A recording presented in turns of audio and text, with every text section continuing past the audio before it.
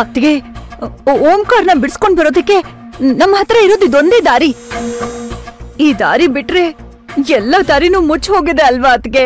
ಹಾಗಂತ ಅವ್ರ ಎದುರುಗಡೆ ಹೋಗಿ ನಾನ್ ಮಂಡಿ ಊರಿ ಸೆರಗೊಡ್ಡಿ ನನ್ ತಮ್ಮನ ಬಿಡಿಸ್ಕೊಡಿ, ಕಂಪ್ಲೇಂಟ್ ವಾಪಸ್ ತಗೊಳ್ಳಿ ಅಂತ ಬೇಡ್ಕೊಳಕಾಗತ್ತಾ?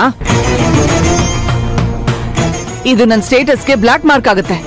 ಅತ್ತೆ, ನೀವೇ ಈ ರೀತಿ ಮಾತಾಡಿದ್ರೆ ಹೇಗತ್ತೆ? ಮತ್ತೇನೇನು? ಅವ್ರ ಮಗಳನ್ನ ಕೊಲ್ಲೋಕ್ ನೋಡಿದ್ದು ನಿಮ್ಮಪ್ಪ. ಅವ್ರನ್ನ ಬಿಡಿಸ್ಕೊಂಡ್ ಬರೋದಕ್ಕೆ ಕಂಪ್ಲೇಂಟ್ ವಾಪಸ್ ತಗೊಳ್ಳಿ ಅಂತ ಕೇಳಿದ್ರೆ ಅವ್ರ ನಮ್ಮನ್ನ ಎಷ್ಟು ಚೀಪಾಗಿ ನೋಡಲ್ಲ.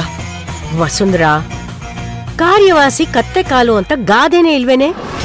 ನಮ್ ಕೆಲ್ಸ ಆಗ್ಬೇಕು ಅಂದ್ರೆ ನಾವ್ ಇದನ್ನೆಲ್ಲ ಮಾಡ್ಲೇಬೇಕು.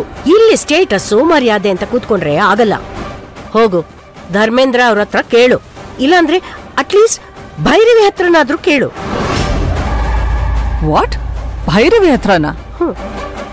ಮೊದ್ಲೇ ಅವ್ನು ನನಗೆ ಕಾಂಪಿಟೇಟರ್. ಈ ವಿರಾಟ್ ಬೇರೆ ಅವಳನ್ನ ಇಷ್ಟಪಡ್ತಿದ್ದೀನಿ ಅಂತ ಹೋಗಿ ಪ್ರಪೋಸ್ ಬೇರೆ ಮಾಡಿದ್ದಾನೆ. ಇಂಥ ಸಮಯದಲ್ಲಿ ನಾನ್ ಹೋಗಿ ಅವಳ ಹತ್ರ ಬೇಡ್ಕೋಬೇಕಾ? ಆಗಲ್ಲಮ್ಮ. ಈ ತಾಯಿ ಸಂಕಟ ಯಾರಿಗೂ ಅರ್ಥ ಆಗಲ್ಲ ಬಿಡು. ನನ್ ಮಗನ್ ಹೇಗ್ ಕಾಪಾಡ್ಕೊಳ್ಳಿ ನಾನು ಏನ್ ಮಾಡ್ಲಿ ದೇವ್ರೆ?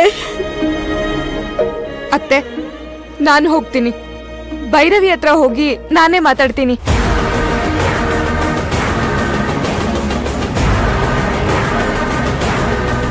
ಇಶಾನಿ, ನೀನಾ? ಹೌದು ಅಜ್ಜಿ, ನನ್ ಡ್ಯಾಡ್ಗೋಸ್ಕರ ನಾನೇ ಹೋಗ್ತೀನಿ. ಅವ್ರ ಕೈ ಕಾಲಿಡ್ದು ಕೇಸ್ ವಾಪಸ್ ತಗೊಳ್ಳಿ ಅಂತ ಕೇಳ್ಕೋತೀನಿ. ಇಶಾನಿ, ನೀನ್ ಕೇಳಿದ್ರೆ ಅವಳು ಒಪ್ಕೋತಾಳ? ಖಂಡಿತ ಒಪ್ಕೋತಾಳೆ ಮಾಮ್. ಅವಳು ನನ್ ಬೆಸ್ಟ್ ಫ್ರೆಂಡ್. ಕಂಪ್ಲೇಂಟ್ ಕೊಟ್ಟಿರೋದು ಅವ್ರಪ್ಪ. ಮಗಳ ಮೇಲಿನ ಕಾಳಜಿಯಿಂದ ಹೀಗ್ ಮಾಡಿದ್ದಾರೆ. ಅವ್ರದ್ದು ತಪ್ಪಲ್ಲ. ಆದ್ರೆ ನಾನ್ ಮಾತಾಡಿದ್ರೆ ಭೈರವಿ ಅವ್ರನ್ನ ಒಪ್ಸಿ ಖಂಡಿತ ಕೇಸ್ ವಾಪಸ್ ತಗೋತಾರೆ.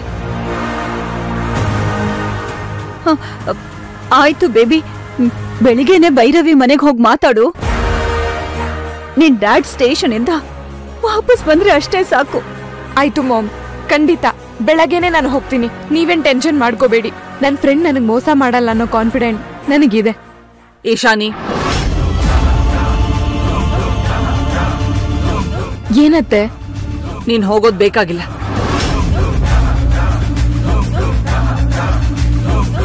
ಯಾಕತ್ತೆ? ನಾನೇ ಹೋಗ್ತೀನಿ.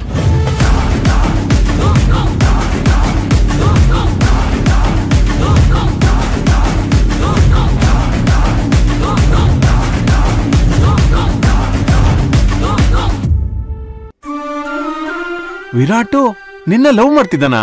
ನನಗಂತೂ ತುಂಬಾ ಖುಷಿ ಆಗ್ತಿದೆ. ನೀವೇನ್ ಹೇಳ್ತೀರಾ ಅಂಕಲ್? ಇದೆಲ್ಲ ಭೈರವಿ ಡಿಸಿಷನ್ ಅಥರ್ವ.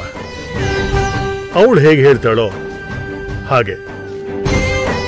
ಅಥರ್ವ, ನೀವೇನ್ ಖುಷಿ ಪಡೋದ್ ಬೇಡ. ನನಗಿದೆಲ್ಲ ಇಷ್ಟ ಇಲ್ಲ.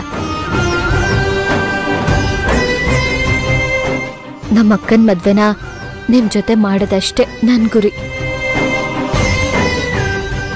ಅದನ್ ಬಿಟ್ಟು ಬೇರೆ ಯಾವ ಆಸೆನೂ ಇಲ್ಲ ನನಗೆ. ಸಿಂಧು, ನೀನ್ ಹೀಗೆ ಹೇಳಿದ್ರೆ ಹೇಗೆ? ಹೇಗಿದ್ರು ವಿರಾಟ್ ನಿನ್ಗೆ ಮೊದ್ಲಿಂದನೂ ಗೊತ್ತಿರೋನೆ ತಾನೆ?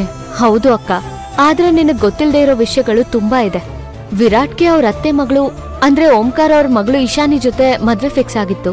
ಅದು ಎಂಗೇಜ್ಮೆಂಟ್ ವರ್ಗೂ ಬಂದಿತ್ತು ಅಲ್ವಾ ಅಂಕಲ್? ಹೌದಮ್ಮ. ಆದ್ರೆ ವಿರಾಟ್ ಈಗ ಇಶಾನಿ ಜೊತೆ ನನ್ಗೆ ಮದ್ವೆ ಇಷ್ಟ ಇಲ್ಲ, ನನ್ನ ಇಚ್ಛೆಗೆ ವಿರುದ್ಧವಾಗಿ ನಡೀತಿದೆ ಅಂತ ಹೇಳ್ತಿದ್ದಾರೆ.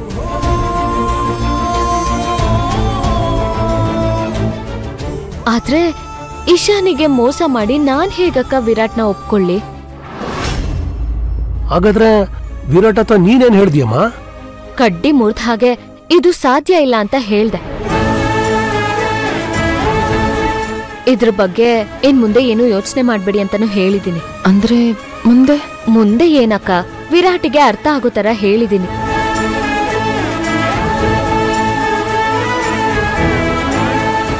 ಅರ್ಥ ಆಗಿದೆ ಅಂತ ಅನ್ಕೋತೀನಿ ಅಷ್ಟೆ. ಇನ್ನು ಈ ವಿಷಯದ ಬಗ್ಗೆ ಯಾರು ಚರ್ಚೆ ಮಾಡೋದ್ ಬೇಡ. ಹಾಗಲ್ವೋ? ಇದ್ರ ಬಗ್ಗೆ ಇನ್ನೊಂದ್ಸರಿ ಯೋಚನೆ ಮಾಡ್ಬೋದಲ್ವಾ? ನಾನು ಇದನ್ನೇ ಹೇಳ್ದೆ, ಆದ್ರೆ ಅಕ್ಕ ಅದನ್ನ ಕೇಳೋದಕ್ಕೆ ರೆಡಿನೇ ಇಲ್ಲ. ಈ ವಿಷಯದಲ್ಲಿ ನನ್ನ ನಿರ್ಧಾರ ಬದಲಾಗಲ್ಲ. ಈಶಾನಿಗೆ ನನ್ನಿಂದ ಮೋಸ ಆಗೋದಕ್ಕೆ ನಾನ್ ಬಿಡಲ್ಲ. ಅಕ್ಕ ಹುಷಾರಾಗಿದ್ದಾಳೆ. ಅಕ್ಕನ್ ಮದ್ವೆ ಮಾಡಿಸ್ಬೇಕು, ಅದಷ್ಟೇ ನನ್ ಕೆಲ್ಸ. ಸರಿನಮ್ಮ, ನಾವು ಬರ್ತೀವಿ. ಸರ್, ಬರ್ತೀವಿ. ಭವಾನಿ, ಹುಷಾರು. ಬಾಯ್. ಬಾಯ್.